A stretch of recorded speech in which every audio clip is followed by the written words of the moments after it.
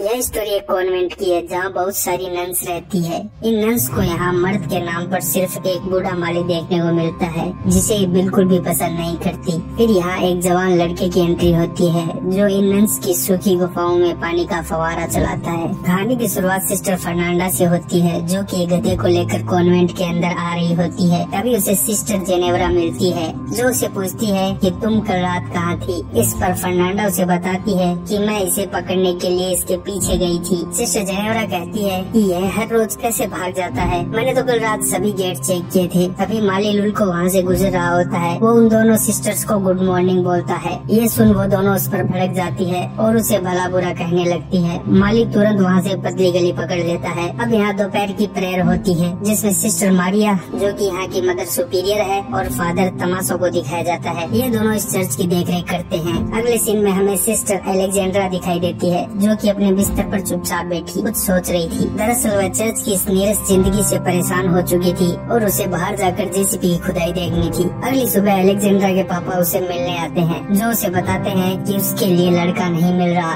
जो मिल रहे हैं वह बहुत ज्यादा दहेज मांग रहे हैं। यह सुन एलेक्जेंड्रा उन्हें कहती है कि आप चर्च को डोनेशन कम देकर मेरे दहेज के लिए पैसे जोड़ सकते हैं। ऐसा करने पर आपके पैसे पूरे हो जाएंगे। और उसके पिता इसके लिए साफ मना कर देते हैं क्योंकि ये उनकी नाक का सवाल था। अगले दिन वह तीनों सिस्टर्स बुने हुए कपड़े लेकर जा रही होती है। रास्ते में उन्हें फिर से माली लुल्को मिल जाता है जो कि उन्हें देखकर मुस्कुरा रहा होता है। ये देख उन तीनों का पारा गर्म हो जाता है। वो तीनों मिलकर लुल्को की अच्छी तरह पिटाई करती है। अब फादर तमाशो को दिखाया जाता है जो कि सिस्टर एलेक्जेंड्रा के बुने कपड़ों को बाजार में बेचने के लिए निकल पड़ता है। तभी रास्ते में माली मिल जाता है जो कि यह काम छोड़कर जा रहा था क्योंकि वो उन तीनों सिस्टर्स से परेशान हो चुका था और इस बार तो उन्होंने उसे पीट भी दिया था। फादर उसे समझाने की कोशिश करते हैं और उनकी ओर से माफी भी मांगते हैं। वह उनकी एक नहीं सुनता और वहाँ से चला जाता है। अगले सीन में हम लॉर्ड ब्रूनो को देखते हैं जो कि अपनी बीवी फ्रांसिस्का के साथ डिनर कर रहा होता है। ब्रूनो अपनी पत्नी को युद्ध में दुश्मनों के प्रति रणनीति के बारे में बता रहा होता है और फ्रांसिस्का तो अपने पास खड़े एक नौकर मसीतों को भाव दे रही होती है। नौकर भी कम नहीं होता, वह भी फुल रिएक्शन दे रहा होता है। अब रात को पलंग तोड़ने के बाद दोनों एक दूसरे से बातें कर रहे होते हैं जहाँ फ्रांसिस्का उसे बताती है कि मेरा पति एकदम बेवकूफ है और पलंग तोड़ना तो दूर की बात, उससे पलंग हिलता भी नहीं है, पर तुम्हारा पप्पू लाजवाब है।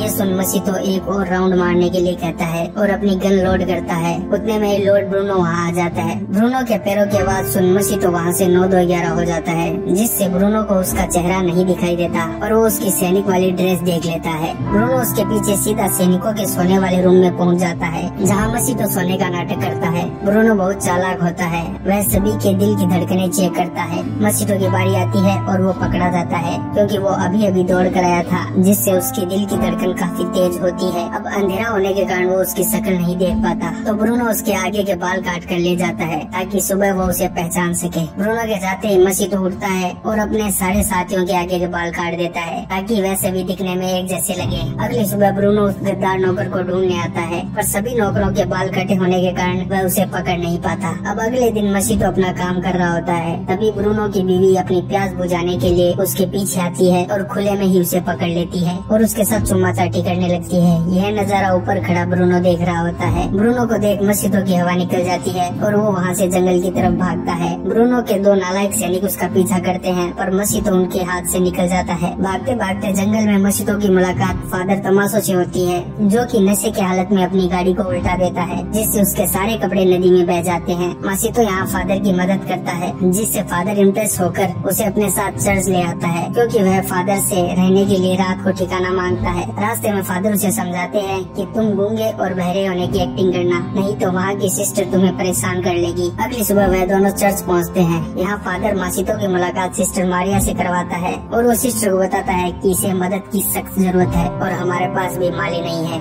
इसने मेरी जंगल में बहुत मदद की थी। यह सुन सिस्टर मारिया उसे माली की नौकरी दे देती है। अब अगली सुबह मसीतो अपने माली के काम पर लग जाता है। तभी सिस्टर फर्नांडा उसे देख लेती है और वह उसे अजनबी समझकर उस पर हथियार तान देती है और उसे अपने बारे में बताने को कहती है। यह देख मसीतो डर जाता है और गूंगा बहरा होने के कारण वह कुछ बोल नहीं पाता। तभी वहाँ सिस्टर मारिया आ जाती है जो फर्नांडा को समझाती है कि यह यहाँ का नया माली है और यह गूंगा बहरा है। उसी रात फर्नांडा की एक दोस्त मार्ता उससे मिलने आती है। फर्नांडा उसे शराब के साथ एलेक्जेंड्रा के रूम में ले जाती है यहाँ यह तीनों मिलकर शराब पीने लगती है। थोड़ी देर बाद सिस्टर जेनेवरा भी उन्हें ज्वाइन करती है। अब चारों मिलकर खूब शराब पीती है और टल्ली हो जाती है। अब ये आपस में एडिट बातें करने लगती है। यहाँ मार्था उन्हें बताती है कि एक मर्द के साथ टपाटप करने में बहुत मजा आता है। वह उन्हें मर्द के साथ मिलने वाले चरम सुख के बारे में डिटेल में बताती है।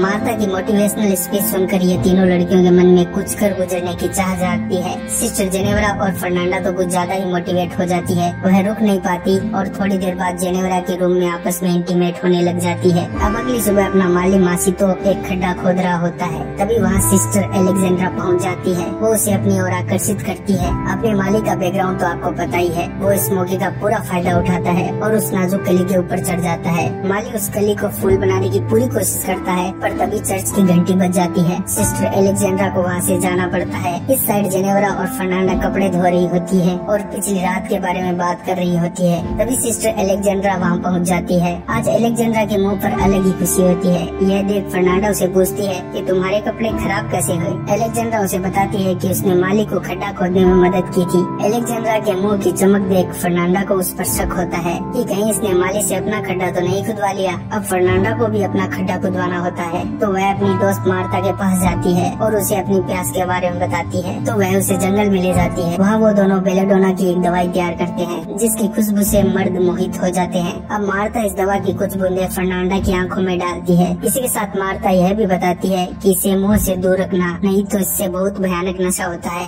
दूर से जेनेवरा यह सब देख रही होती है। यह सब प्रोसेस करने के बाद वो दोनों मासीतो के रूम में जाती है। माली मासीतो अपना काम कर रहा होता है। उन दोनों औरतों को देख वह घबरा जाता है। अब फर्नांडा एक चाकू उसकी गर्दन पर रखती है और कार्यक्रम शुरू करती है। वो दोनों अपनी प्यास शांत करने के लिए काले पानी के पाइप को अपने मुंह में ले लेती है और उसे खुदाई करने के लिए तैयार करती है। इसके बाद हमें जेसीबी की जबरदस्त खुदाई देखने को मिलती है। अपना काम पूरा होते ही वह दोनों वहाँ से निकल जाती है। निकलते टाइम उन्हें जेनेवरा मिल जाती है। वो उन्हें पूछती है तुम दोनों यहाँ क्या कर रही थी, पर वो दोनों उसकी बातों को टाल कर वहाँ से चली जाती है। फर्नांडा के इस बर्ताव से जेनेवरा बहुत हर्ट होती है। अगली सुबह एक बिशप उस चर्च की जांच करने और वहाँ का हिसाब किताब देखने के लिए आता है। यह बिशप पद में फादर और सिस्टर मारिया से ऊपर होता है। वह दोनों उसका स्वागत करने के लिए गेट पर आते हैं। अब मौका मिलते ही मेसितो एलेक्जेंड्रा के रूम में आ जाता है और बीच में रुकी खुदाई को फिर से चालू करता है। तभी इस रूम में एक बूढ़ी नन आ जाती है। उस नन को देखते ही मसीतो के मुंह से आवाज निकल जाती है। यह देख एलेक्जेंड्रा भी चौंक जाती है। वह तुरंत उठकर अपनी सीट पर बैठ जाती है।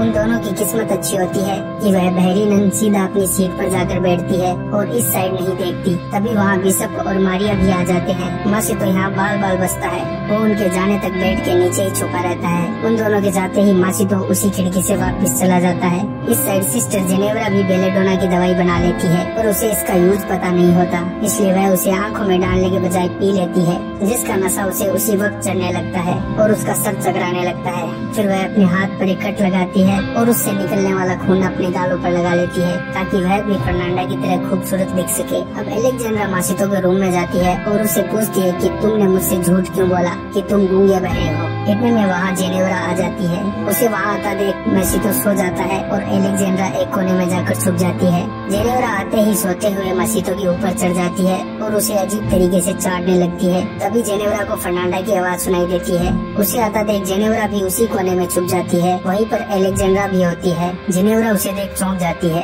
अब वह दोनों छुप कर फर्नांडा को देखती है, जो कि मसीतो को चाकू दिखाकर किडनैप कर लेती है और उसे जंगल की तरफ ले जाती है। अब वह दोनों लड़कियां मसीतो और फर्नांडा का पीछा करती है। फर्नांडा मसीतो को गहरे जंगल में ले जाती है। अब उसका पीछा करते करते रात हो जाती है। जंगल का माहौल देखकर एलेक्जेंड्रा के तो होश ही उड़ जाते हैं, क्योंकि जंगल में बहुत सारी औरतें आग जलाकर उसके चारों ओर नंगा नाच कर रही थी और पास ही में बंधा हुआ था हमारा माली मसीतो, जिसकी अभी बलि दी जाने वाली थी। यह सभी औरतें डायने होती है। इन सभी औरतों को नाचता देख जेनेवरा का भी मन करता है और वह भी उनके साथ नाचने के लिए चली जाती है। वो अपने सारे कपड़े उतार देती है और नाचने लगती है। जेनेवरा को देख वहाँ की सभी औरतें भाग जाती है। मार्था उसे समझाने के लिए आती है और वो उसे यहाँ से जाने के लिए कहती है। इस पर जेनेवरा और मार्था के बीच हाथापाई हो जाती है। यहाँ जेनेवरा मार्था को लकड़ी से मारकर बेहोश कर देती है। अब एलेक्जेंड्रा फर्नांडा को रोकती है और मसीतो को उससे छुड़ा लेती है। तब तक जेनेवरा उस गधे को लेकर चर्च पहुंच जाती है और जोर जोर से शोर करती है कि फर्नांडा एक डायन है। तभी बिशप वहाँ आ जाता है। वह जेनेवरा को इस हालत में देख सिस्टर मारिया को बुलाता है। सिस्टर मारिया के रूम से सिस्टर मारिया के साथ फादर मसीतो भी निकलते हैं। यह देख बिशप का दिमाग और खराब हो जाता है। अब सुबह होती है और बिशप सभी को अपनी अपनी सजा सुनाते हैं, जिसमें फादर दमासा को एक मोंक मंदिर भेज दिया जाता है जहाँ पर सिर्फ मर्द होते हैं। यही उनकी सजा होती है। वहीं बाकी सभी औरतों को मामूली सजाएं दी जाती है। मसीतो को फिर से उसी के मालिक लॉर्ड ब्रूनो को सौंप दिया जाता है, जो उसे काल कोठरी में बंद कर देता है। अब थोड़ी देर बाद ब्रूनो आता है। वो उसे बताता है कि उसने दूसरी शादी कर ली है और पहली बीवी को सबक सिखाने के लिए शोर और कुत्तों के बीच छोड़ दिया है। तुम्हारे साथ भी कुछ ऐसा ही व्यवहार होगा और मैं तुम्हें ऐसी सजा दूंगा कि तुम मुझसे जान की भीख मांगोगे। इसके बाद ब्रूनो वहाँ से चला जाता है। मसीतो अपने साथियों से उसे छोड़ देने की विनती करता है, पर वह दोनों उसकी बात को सीरियस नहीं लेते और उस पर हंसने लगते हैं। तभी वहाँ पर एक कछुआ आता है जिसकी पीठ पर एक मोमबत्ती रखी थी। वह दोनों सैनिक उसे देखने के लिए उसके पीछे चले जाते हैं। तभी पीछे से वहाँ तीनों सिस्टर्स आती है और मसीतो को जेल से बाहर निकाल लेती है। उसे अपने कपड़े पहना देती है ताकि उसे कोई पहचान ना सके और उस जेल में एक पुतला छोड़ देती है ताकि सैनिकों को लगे कि मसीतो अभी भी जेल में है। अब हमें जंगल का सीन दिखाया जाता है जहाँ सिस्टर मारिया और फादर मसीतो एक दूसरे से मिलते हैं और प्यार भरी बातें करते हैं। तभी उन्हें जंगल में हलचल सुनाई देती है। ये देख वो दोनों छुप जाते हैं। ये वही चार प्यार के पंछी होते हैं